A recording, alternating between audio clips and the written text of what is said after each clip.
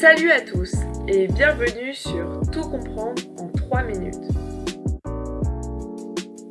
Notre leçon du jour abordera le sujet des limites écologiques de la croissance économique en seconde. On entend souvent parler du réchauffement climatique, des énergies, du gaz à effet de serre, des limites, du PIB, etc. Mais de quoi parlons-nous vraiment ?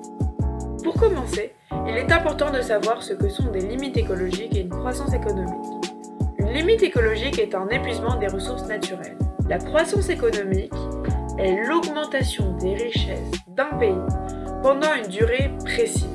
On parle alors d'une augmentation du produit intérieur brut, PIB.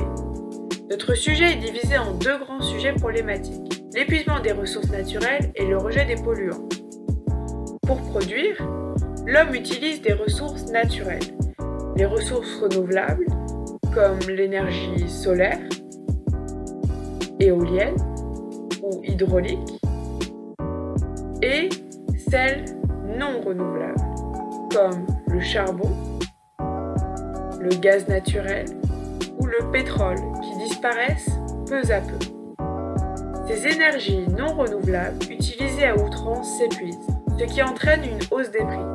Ces productions exploitent et fatiguent la planète, qui est donc confrontée à des rejets des polluants, surtout le rejet de gaz à effet de serre.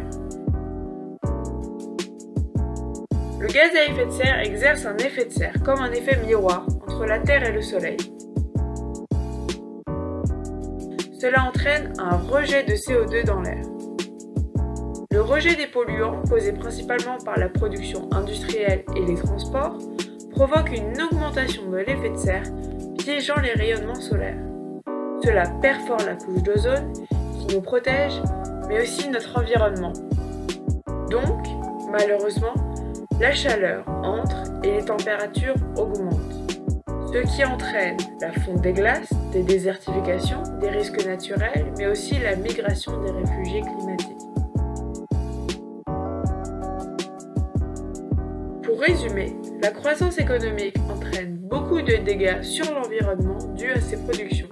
Et tout ça, c'est de la faute de l'homme. En gros, c'est un cercle vicieux. L'homme détruit la planète dont il a besoin. La Terre de nos jours, elle ressemble à ça. Il faut en prendre soin, parce qu'on n'en a qu'une. Voilà, cette vidéo est maintenant terminée. Merci de l'avoir regardée et à la prochaine!